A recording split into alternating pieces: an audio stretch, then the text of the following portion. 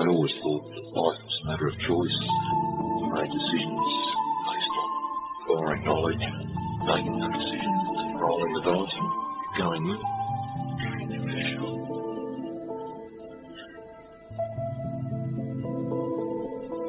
I never thought there was an overall plan.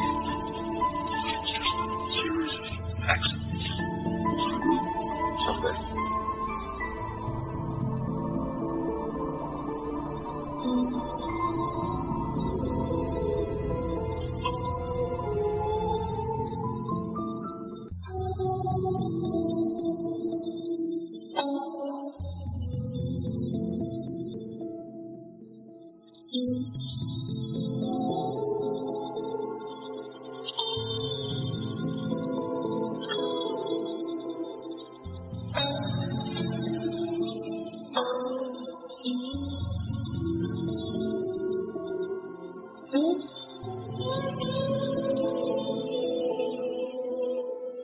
My first experience with the death of a loved one was my dad.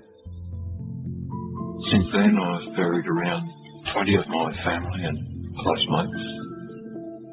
But life goes on, and on each occasion I quickly came to terms with it. After all, you're meant to bury your elders. That's the way it is, passing on the baton. But it doesn't always run to script. Accidents happen. Fate intervenes. But it always happens to someone else. Always some other poor bugger.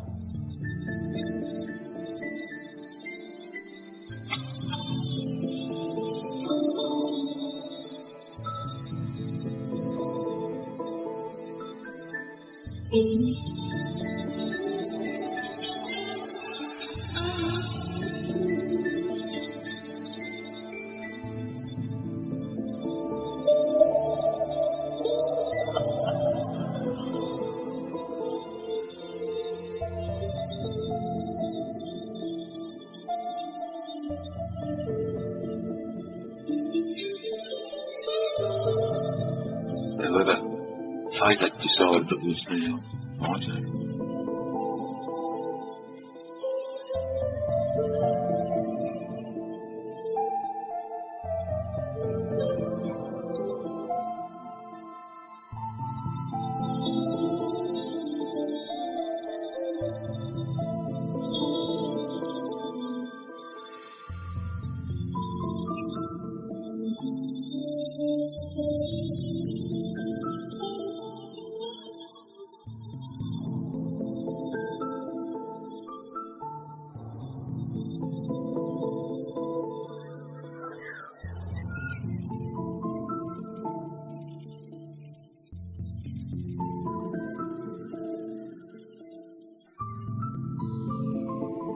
There comes a moment in any journey, the moment that dawns on you that it's coming to an end. Growing old's a bit like that.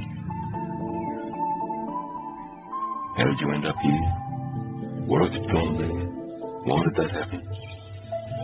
Did you have any say? Was it all in the hands of a higher power like God, Allah, even fate? On my journey, the biggest influence wasn't divine intervention or happenstance. It was a direct result of a choice I made. It taught me the core values I practice every day. I learned humility, to show respect, the joy of living in the moment, and having mates is a gift of pure gold. But most of all, it taught me that it wasn't always sunny and offshore. Sooner or later in your life, probably when you least expect it, you're going to be mowed down by roadblocks.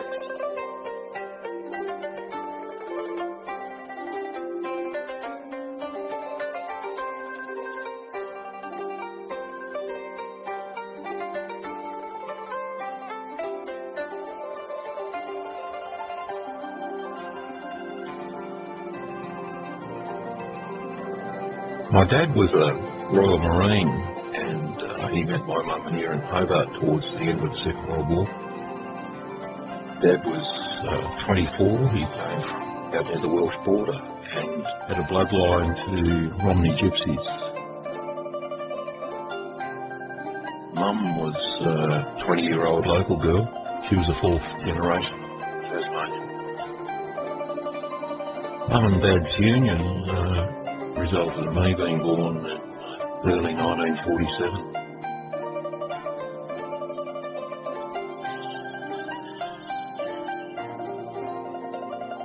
We had very little money, and the upbringing was more about satisfying your needs rather than trying to pursue your wants.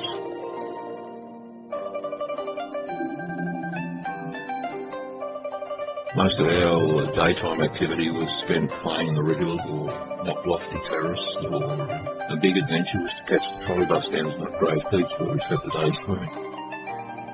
We always had the sense that it wasn't just about you, but you were part of a bigger thing, and that bigger thing was the place in which you lived. Dad's life was adventurous to the extreme. He signed on in the Royal Marines when he was 16, and not long after the war broke out, and he was sunk 3 times before he was 21. In 1945, he was in a flotilla waiting for the land invasion of Japan, and ended up in a place called Hiroshima.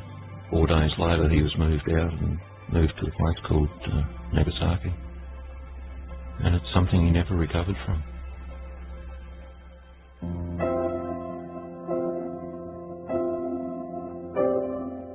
I had heroes in my life. I had Tarzan and Superman and as a teenager Mickey Dora. But Dad was my biggest hero. But I'd have to say that I never wanted to be like any of my heroes.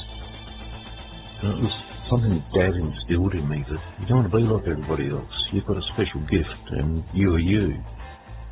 It's important in life that you, as much as possible, become the master of your own destiny. You've got to cherish the things that you hold dear to you. Hold them in the moment, because you never know what fate has in store for you. His overriding message was that it's not so important what happens to you. The most important thing in your life is how you deal with it. I didn't have a very good childhood. I received a lot of joy and love and happy times, but there's an overall shroud of darkness in our house. My parents' relationship fell apart when Dad left home when I was 12. My school days were a reflection of what was happening at home, really.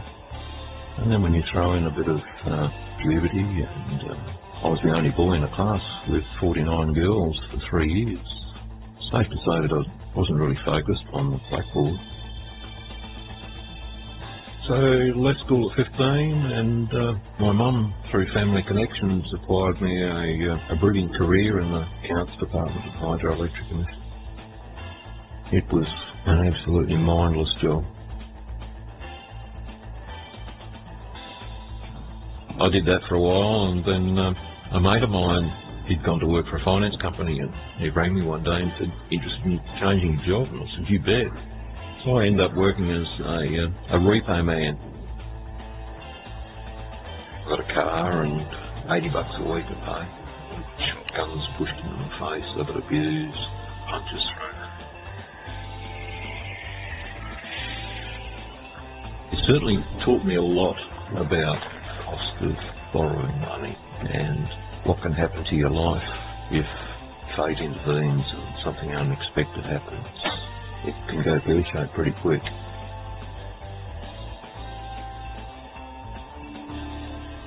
After Dad moved out of the family home, my mum filed for divorce and subsequently met another man. When Dad received the news that Mum was to remarry, he couldn't deal with it.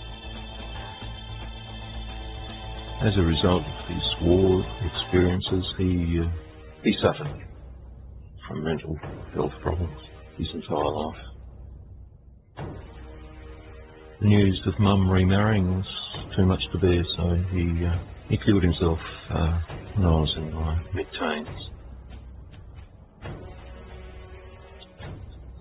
I was a competitive swimmer up till then.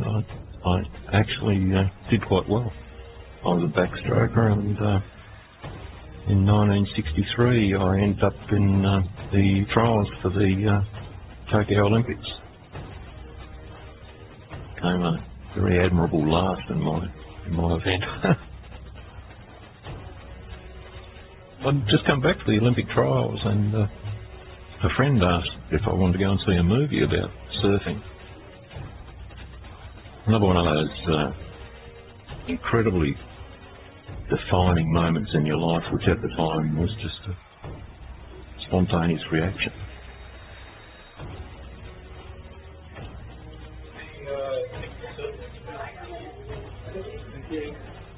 There I went in and sat down in the State Picture Theatre as an aspiring Olympian, and I stood up a surfer.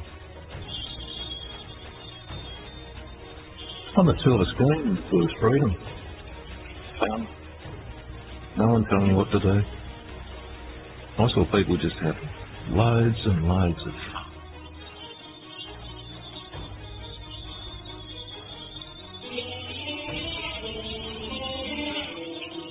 When I told my mum that I wasn't swimming anymore and I was going to be a surfer, she was horrified.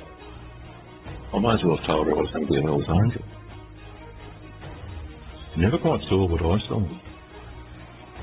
There was a way I could express myself. I could stay fit. I was discovering the place in which I lived. I was with friends who were inspirational, showed no fear, did crazy stuff. They weren't in the mould of a normal teenager in the 1960s, that's for sure. Some of those relationships went on to become both the most meaningful and enduring of my life. Mates I lived and laughed with. Mates I buried and still breathe over.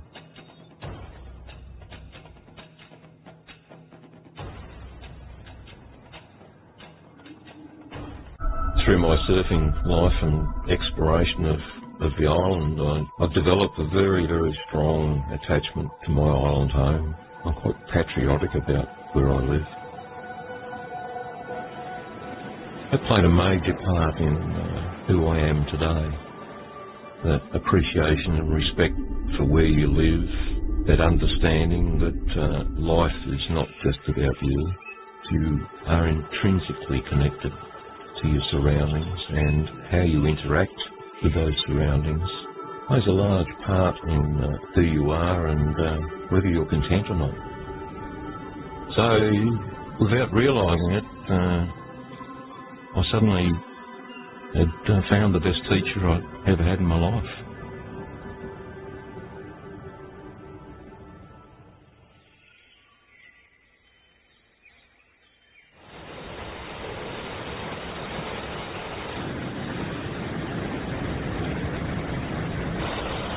Surfing was different, totally different than anything else I'd been involved with.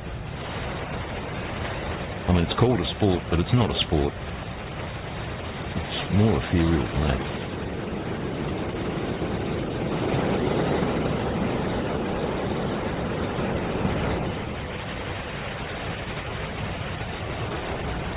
Describing surfing to somebody is like trying to describe sex to a virgin. I've got nothing to compare it to.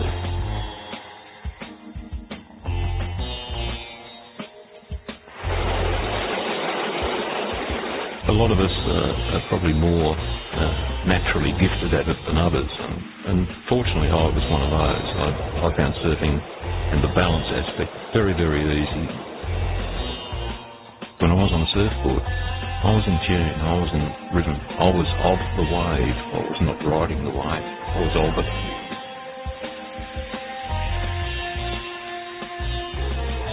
And the best surfers, the best dancers, whether they're doing tangos or waltzes, doesn't matter. They just look good. They're connected. They're connected to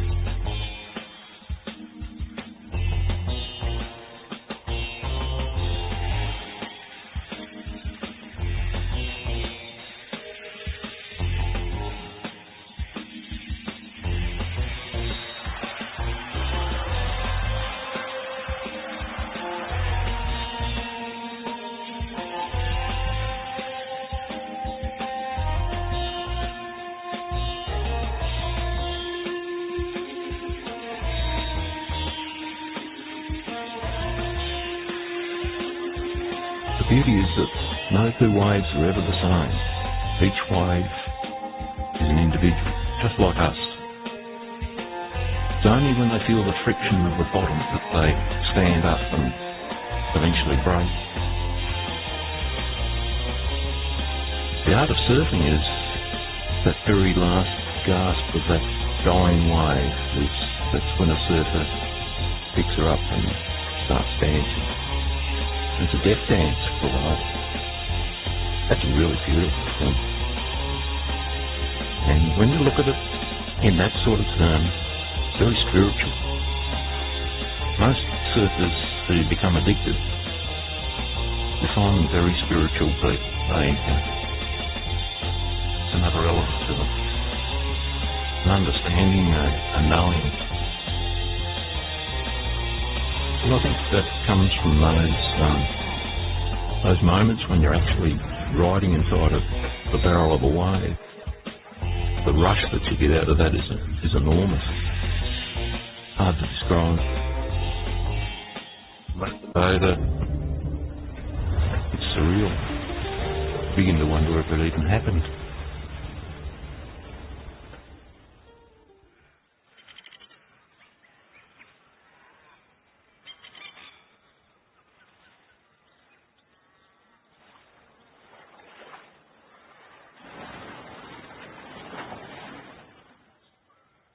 One of the beauties of surfing in Tasmania is there are not many people in more ways than just surfing is probably one of the salvations of the island. Not many people live here, not many people up to this point in time want to live here. Most people think living in Tasmania is like living in a rusty old fridge from the 1950s, and not many of us were going to enlighten anybody from outside. We didn't want anyone living here. That's one of the things about surfing. It's selfish, it's hedonistic, it's all about getting the rush. Of course, it's a finite resource. There's only so many waves, and the more and more surfers there are, the harder and harder it is to catch one. Winter was the worst time. So damn cold, 8 degrees, freezing. Not a nice place to be in the winter, particularly as a surfer. And I think it was in 1974 that I first escaped. I went to Hawaii and then went across to California and Mexico, and I was hooked. That was it. I was a traveller from that moment on.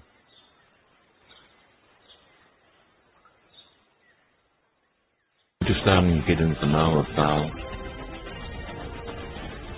It was a magic place. The culture, the people, the surf, it was fantastic. For the next 5 years in particular, I kept going back to Bali every winter and spent the whole winter up there, but word got out and slowly it started to get more and more crowded. So I decided to leave Bali at that and went on to explore other parts of Indonesia. Lombok in a dugout, bought a freighter to islands off Sumatra, sailed a yacht to southeast Java. Pretty hedonistic.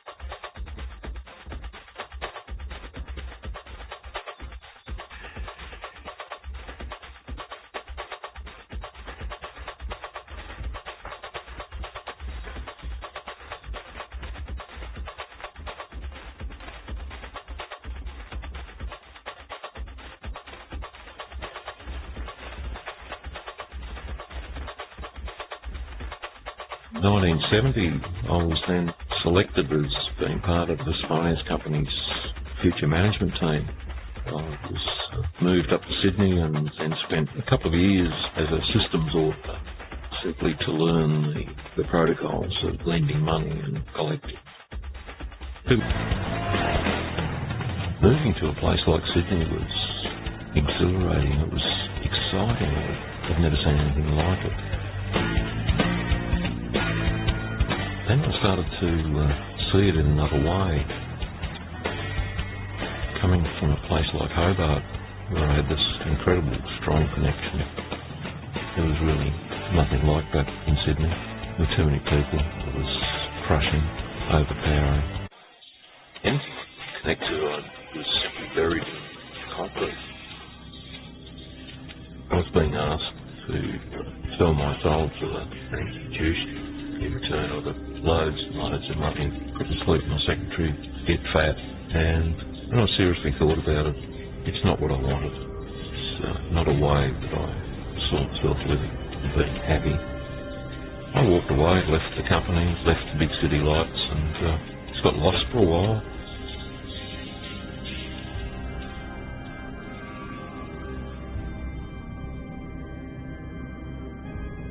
I had enough money from working out at the mine to buy 6 acres of land down near Clifton Beach, so I did that. Then I met a girl. Within 2 months of meeting Robin, we were married. A month later we started building a house, and it wasn't so much a house, it became our home for the past 40 years.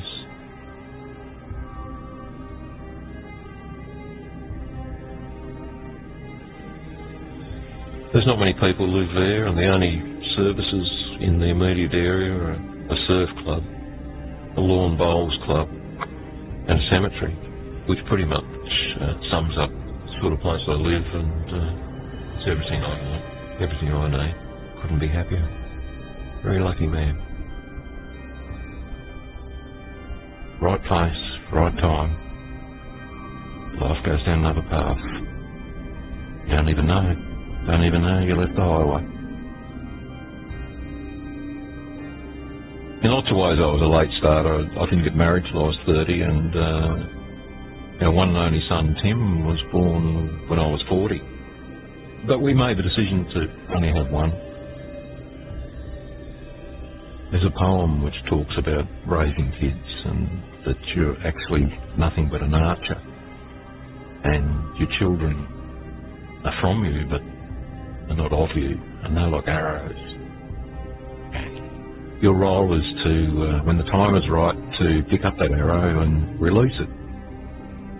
And your duty is to release it in the best direction.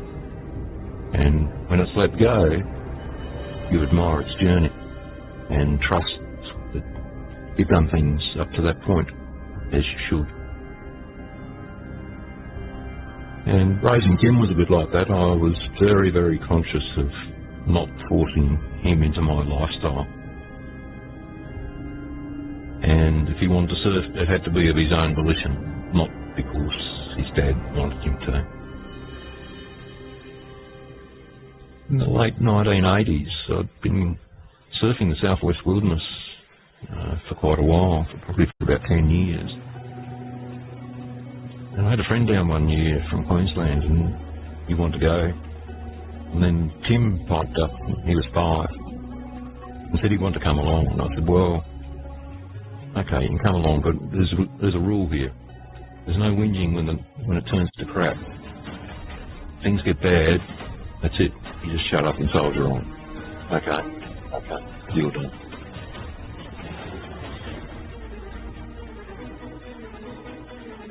He probably spent so long sitting on that bloody beach that he picked up surfing through osmosis.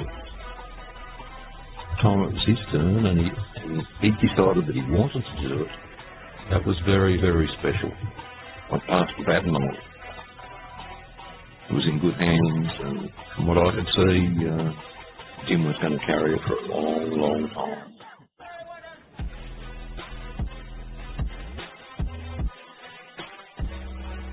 In surfing terms, I could have died there and then and quite happy. Yeah, that was special to hand that sort of way of life on to your kids.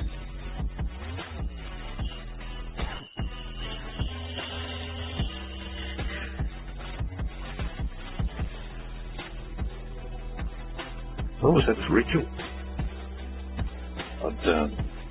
I'd walk out of the surf, no matter what it was like. I always turned and faced the ocean. The traditional surf god was called Huey. And I always thanked Huey for the day. I always paid my respects. That's the way I lived. I've always tried to live in the moment. Get too far ahead of myself. After each surf, I tried to treat it as if that was going to be the last surf ever. And one day it was. After 50 years, just walked away. That was it. Regrets? None whatsoever. Surfing kept me young and fit. My 60s. Travelled around the world extensively. I had some of the most fantastic times of my life in Indonesia, remote islands, never seen white people before, and we rocked up in a boat and surfed for days. We were gods. We left the surfboard for them at the end, mate. They knew we were gods. Those kids now are probably surfing their life out. Fantastic. Fantastic. How greedy do you want to be? How many rides on the Big Dipper do you want? I'd have nothing.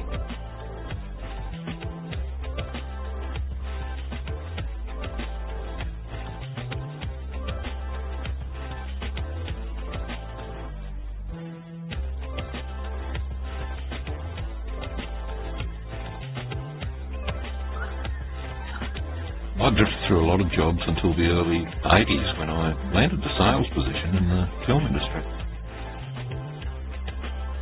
In many ways, it was like surfing. I'd always considered surfing an art form, self-expression with no rules, capturing the moment. Whether you make a film or a wave, it all comes down to what looks good.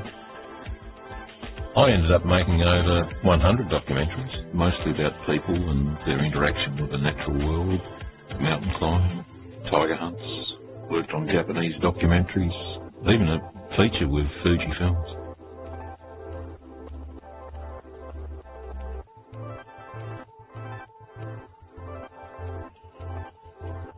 But my proudest achievement was with the Tasmanian Aboriginal community.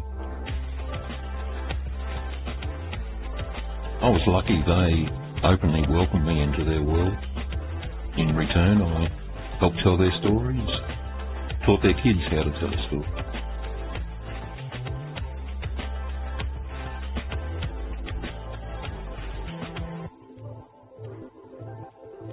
I developed very close relationships with quite a few members of the Aboriginal community. I hold that time very, very dear to me. They taught me a lot. And I learned a lot, particularly relationship with place they call on country. And I got to learn what it meant to them.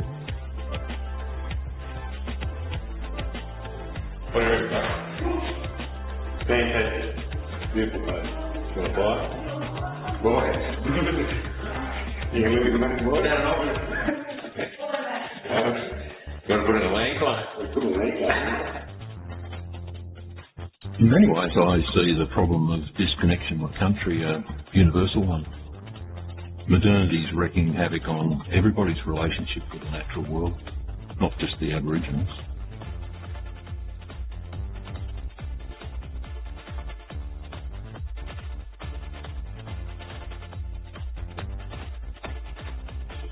In 2008, I suddenly found myself in hospital. I'd incurred a 6-inch split to my aorta artery.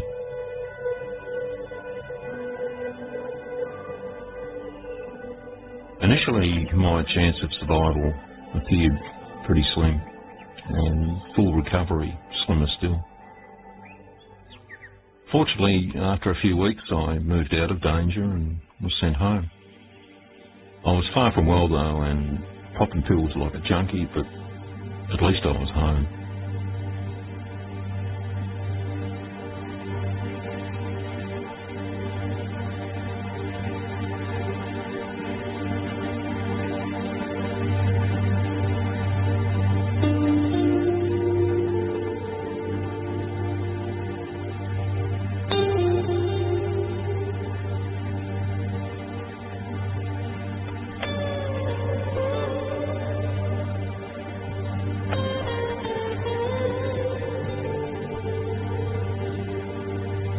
A week later, I was back in hospital. Something else was wrong.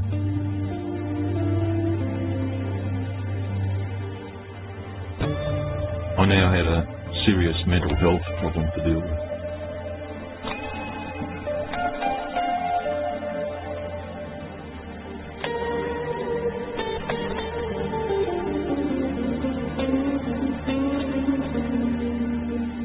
Rather than getting better, I descended into a dark abyss.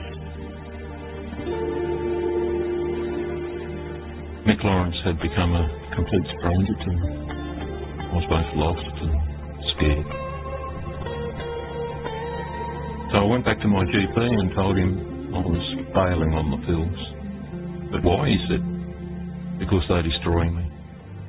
They've got me on the road to nowhere. Okay, but I need to tell you, this may not end well. It may be time to get your board back out of the shed. I thought about it, but back wasn't the way I wanted to go. I called mine the TARDIS. It was like a surfboard. Instead of standing on it, you sat in it. Similar, very, very similar to a surfboard. So I had no problem with the transition.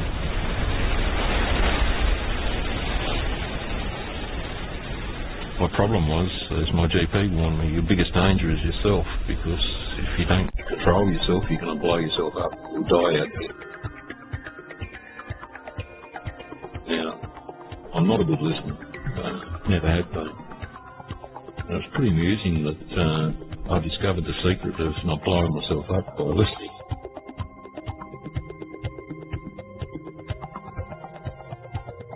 And that came from the cadence of the boat moving through the water. It's just like a mechanic can tell when a car's in tune. You can just hear. And same with the boat. Same with the surfboard. You know when it's running sweet.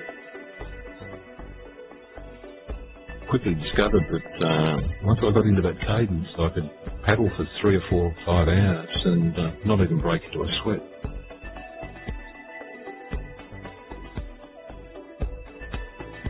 In the space of a few months, I was paddling around home, around Storm Bay. I was clocking up about 100 k's a week, and I was feeling great. Physically, I was feeling great, and I knew I'd turn the corner. Trouble was, I didn't know how to do what was in my head. Bloody dog.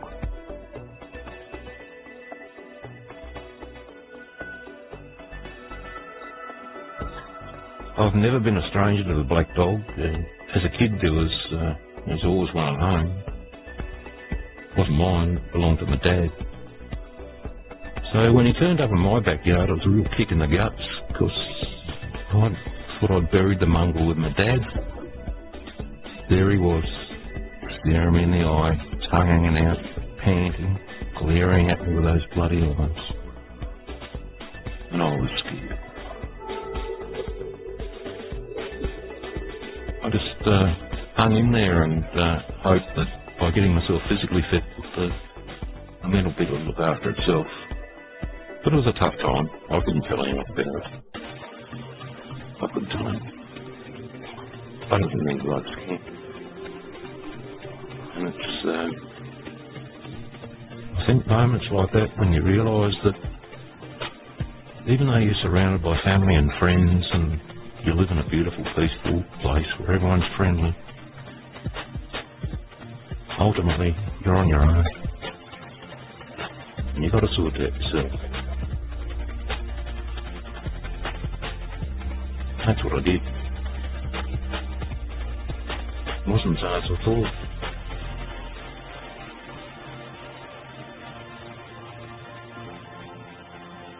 I remember paddling up this inlet, and suddenly in front of me I could see a platypus, and he was just gliding across the top of the water. So I stopped paddling and just sat and watched. And then suddenly he realised that I was in his space. He freaked, he dived, he disappeared, he ran away. And I suddenly realised that that was the answer. That was the way to deal with the dog. I just had to deny him space.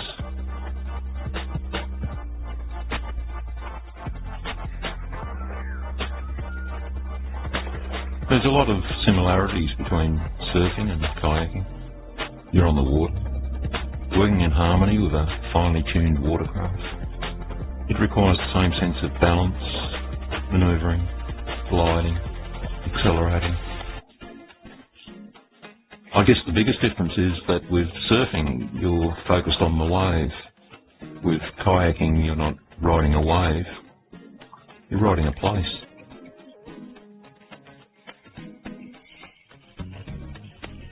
It was only when I stopped surfing that I realised that while we surfed all these iconic places, it was only ever about the wave. The place just happened to be where the wave was.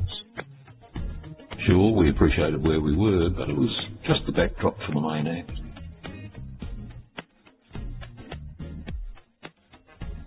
With kayaking, place dominates.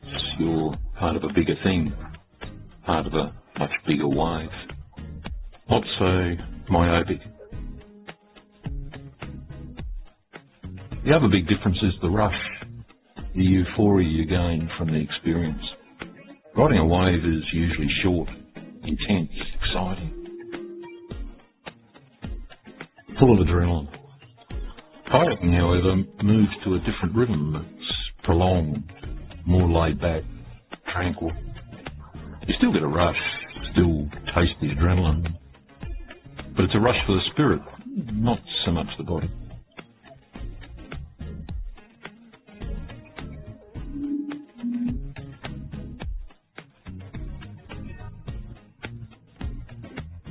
Ask a surfer what he does, and the response will be ride waves, of course. But that's its illusion. When you really think about it, surfers spend very little time actually surfing. At best, you might catch 10 waves in an hour. A long wave lasts 30 seconds, if you're lucky. So 5 minutes per hour hardly counts as wall-to-wall adrenaline.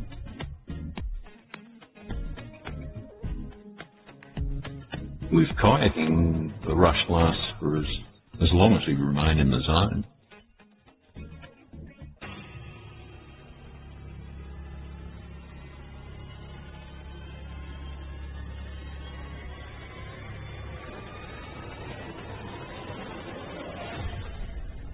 It's certainly a more humbling experience, where surfing tends to massage the ego.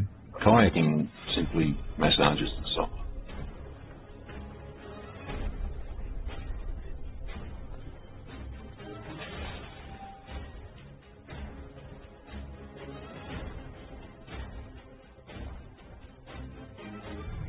I remember surfing the southwest for the very first time on my own.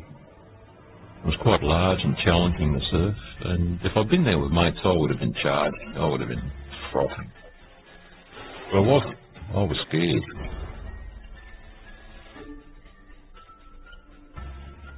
And it took me 2 or 3 sessions before I felt anywhere near at ease.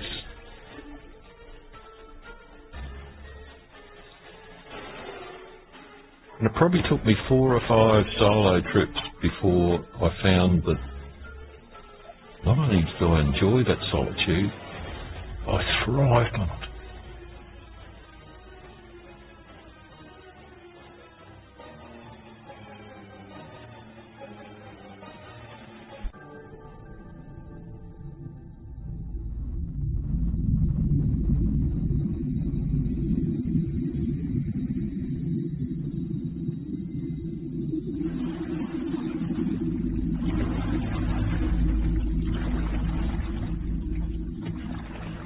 There's a fine line between solitude and loneliness.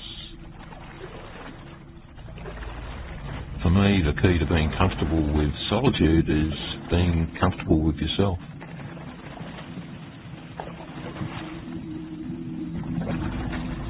I'm lucky. I've always enjoyed my own company, never missed or feared having no one else around.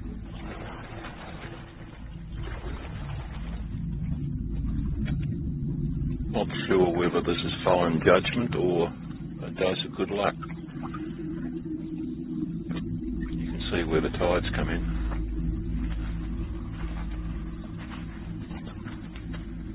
Apart from stupidity, your major enemy is the weather. Fortunately, I knew the enemy well. I knew its capacity, its behaviour, its signs, knew when to go, when to stay. I was comfortable with all that.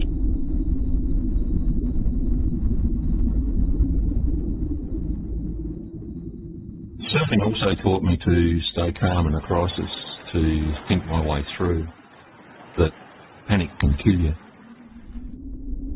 So falling back on myself didn't faze me at all.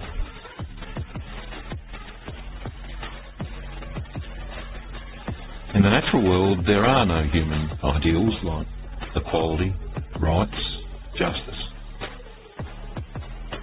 Out there, when it all goes pear-shaped, you're simply left with the consequences. It is what it is. And as alien as it might be, you can't sue nature.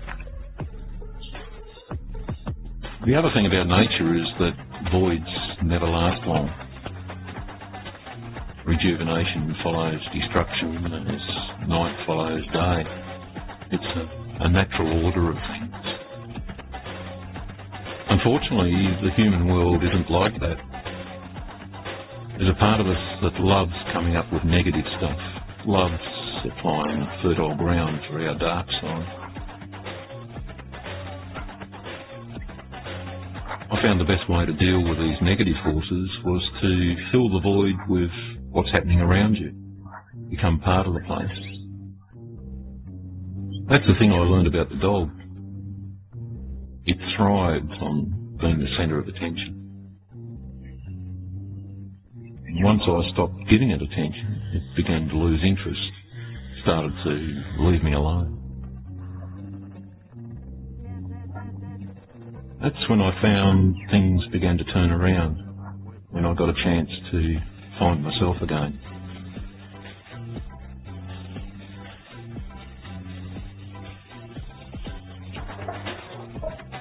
Burgess River. Creek in a river. Well, often I get the paddle off of that. So I think I'm going to turn around. Look, I might even be on the Pocrocker River. I might even be lost. How about this? It sounds a bit weird, but I actually enjoy being lost. Where am I? Who am I? It makes you tick. It tips you over. I like the process. Searching, finding answers, becoming unwarned.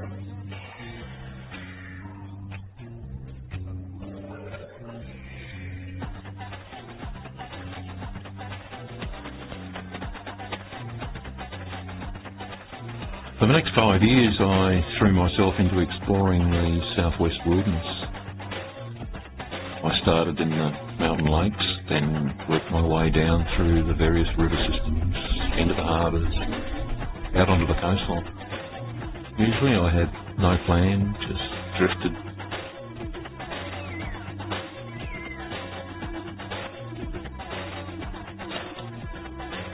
And then I started to focus on Port Davey. Of all the southwest, this was it. This was the spot.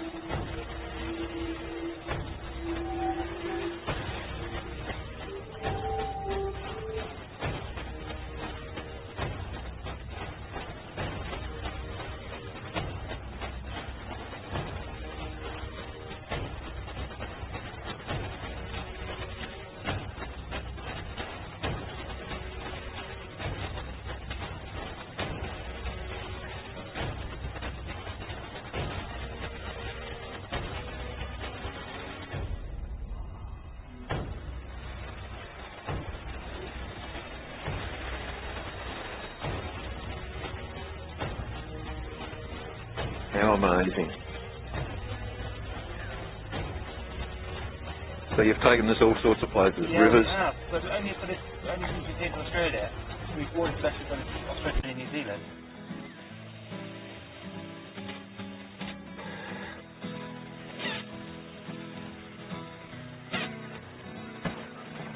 Very personal relationship with your kayak. We're intimately acquainted.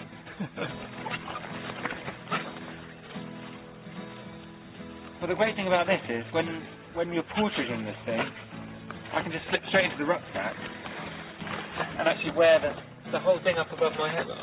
Just stays on my back. Yeah. I just put this on basically and wear the kayak on my back. I don't mind telling you, I reckon you guys are nuts.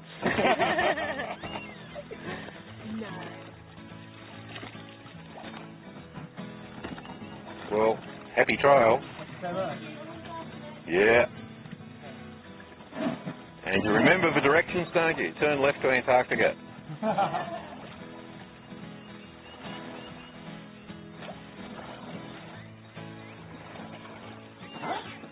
Hey, with no wind, that thing goes.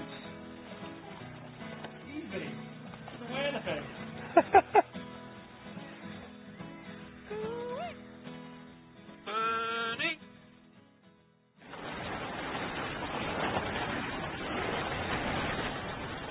That was a wonderful period in my life, a time when I was in almost constant state of contentment.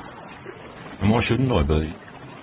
In the space of 5 years, I'd cheated death, dealt with the dog, and found a new passion. It was the second major crisis of my life. I'd given it my best shot, and I thought I'd handled it quite well. Thought my dad would be proud of me. But it was also a time when I became a bit of a hermit. Not that I'd turned my back on my surfing friends, just that our paths seldom crossed.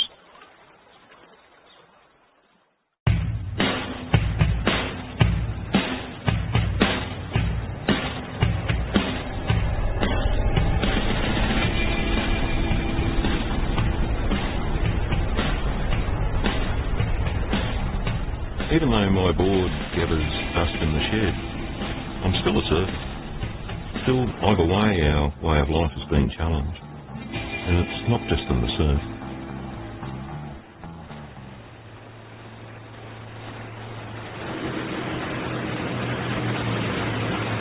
Then I was offered a job as a wilderness guide. Greg was an old surf mate of mine who ran 3-day tours from a standing camp at Port Davey. He's a master storyteller who really knew how to deliver. It was more like being on a surf trip with no surf than a guided tour.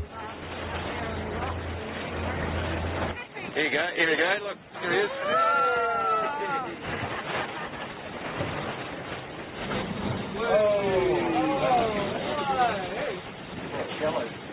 Even though it's very relaxed, we cram a lot into a day.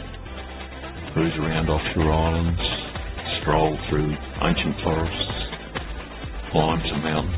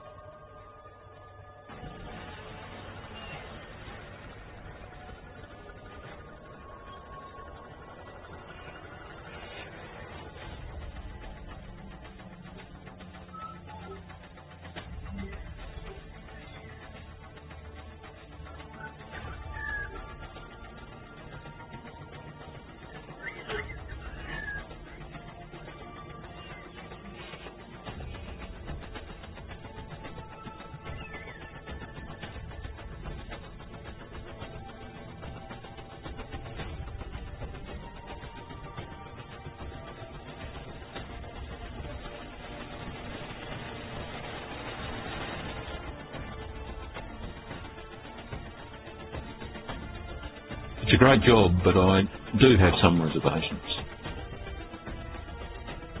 I saw what tourism did to Bali, and I'm very mindful of that. That place is now a zoo. This place is undergoing change as well. Slowly, but it is changing.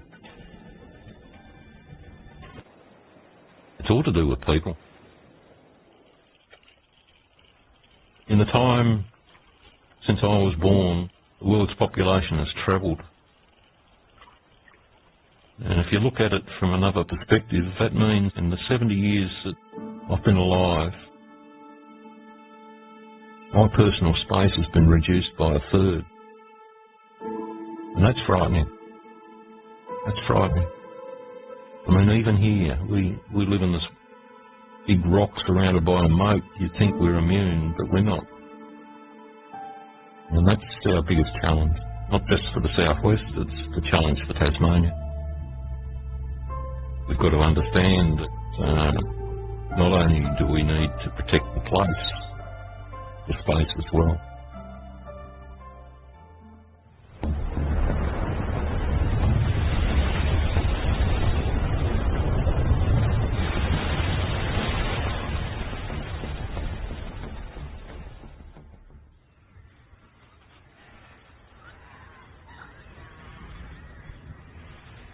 With the approach of summer, things couldn't have been better. I was still stoked with kayaking. The guiding season was about to start. Tim and the love of his life, Caitlin, had just bought their first home. And for the first time in my life, I thought about being a grandfather. I was on cloud nine, living the dream I was.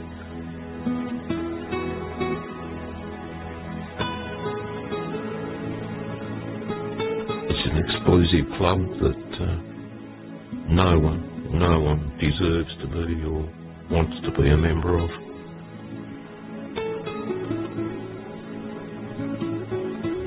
The ceremony involved a traditional surface send-off, and Tim's partner Caitlin and I carried his ashes down through a guard of honour over 200 of Tim's surfing friends. Tim's mates followed us out and formed a circle. Together we held his ashes aloft and scattered them to the breeze.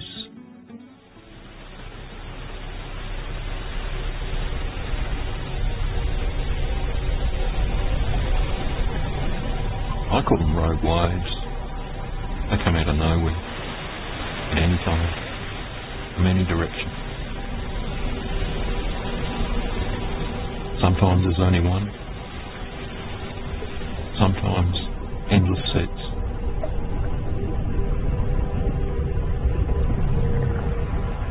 And when they hit, they drag you down into the deepest depths of despair. It'd be very easy if you just gave in and rolled over and said, I can't take it anymore. I don't think anyone could blame me for that. My dad, he couldn't work it out. He rolled over.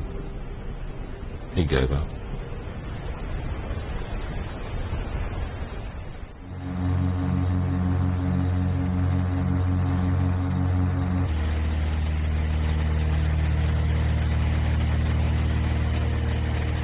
A few days after Tim's service, I had my first camp for the season. Back-to-back camps with a 3-day break in between.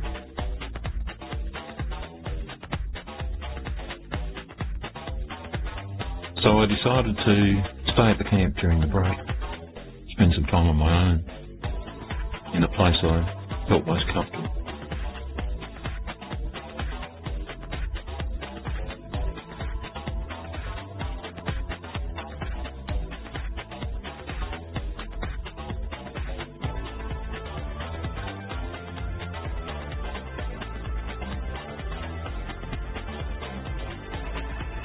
That was the very bottom.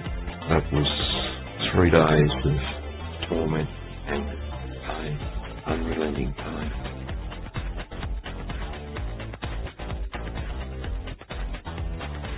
I couldn't even think about the future. To me now, the future was gone, no longer existed, wasn't there, not a place to visit, not a place to think about. But I also found that instead of living in the moment, I spent most of my time living in the past, because the past is the only place that Tim was.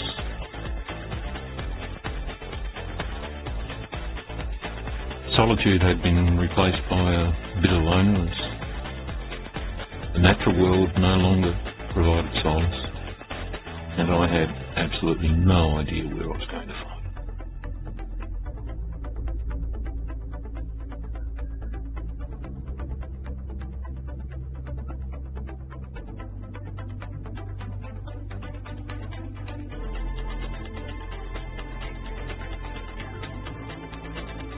I've always strived to be the master of my own destiny, probably one of Dad's legacies.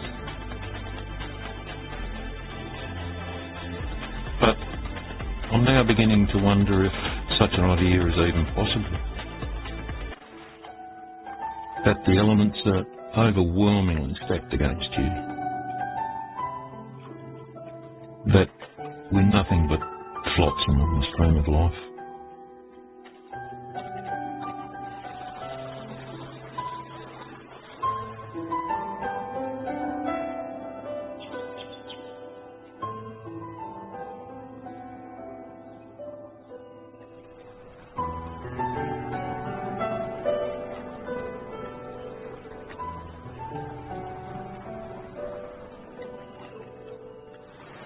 I remember being on the Franklin River, a beautiful place called the Big Fall.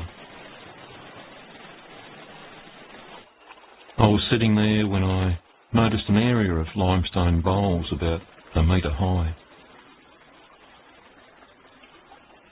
And I soon realised that they'd been formed by floodwaters spinning small rocks around and around on the bedrock, slowly but surely grinding the bowls deeper and deeper. A process that had been in train since before the arrival of man.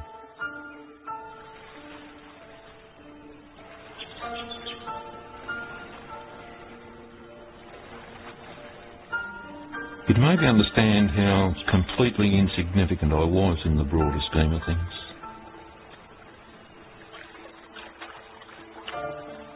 The stark reality was that, ultimately, it all came down to a collision of events over which you have absolutely no control. How many floods rolled over the top of you in a lifetime?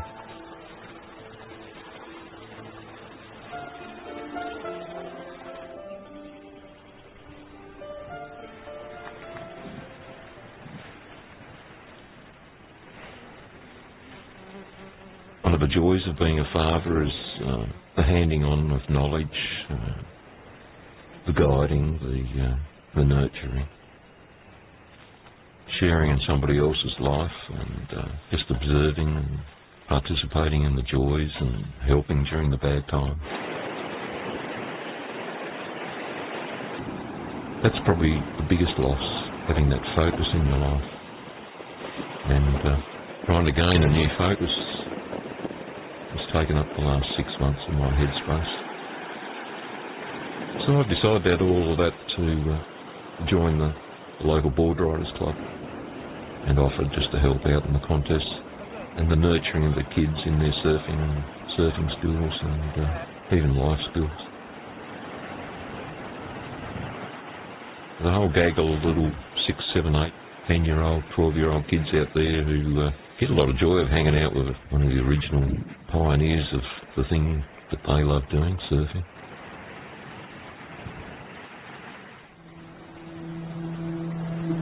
Half a century ago, surfers were tribal, a loud, loose, politically incorrect boys' club.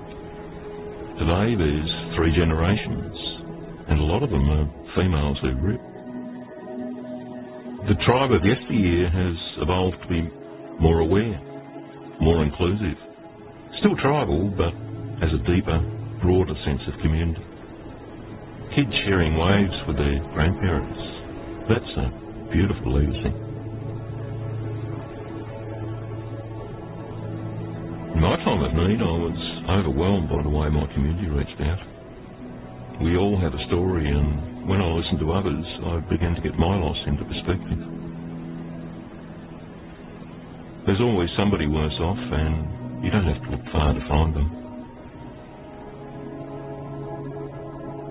Ironically, those who've been dealt the cruelest of hands are often the ones who complain the least, the ones who just get on with it, give it their best shot. Having friends like that helped get me through some pretty tough times.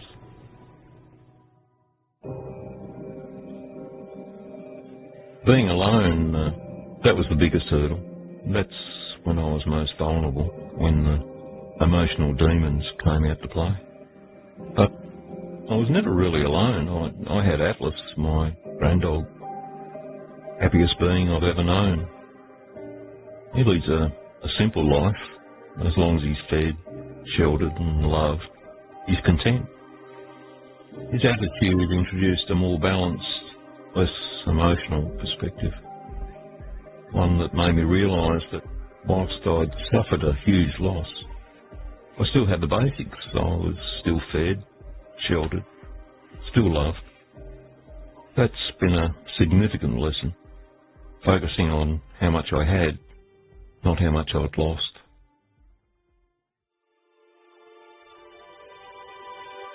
When I look back, I've certainly had a fortunate life.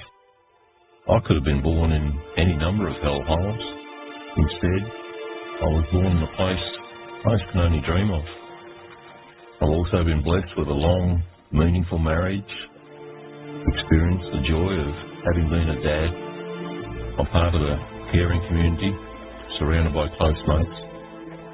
It's been a great journey. But not all journeys are plain sailing. Sooner or later, fate's going to throw some rogue waves at you. And when they hit, you wonder how you're going to survive, let alone cope. But you do.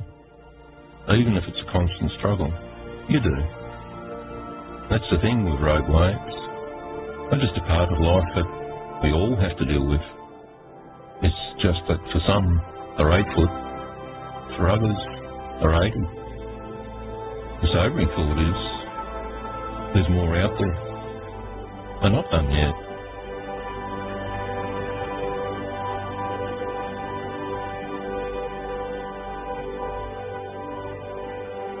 I often wonder how different my life would have been if 60 years ago I had made that simple decision to see a surf movie. Yet another question with no answer. However, if I had my time over, with one obvious exception, I wouldn't change a thing. I mean, what'd be the point? I never wanted to grow up anyway. Not about to start now.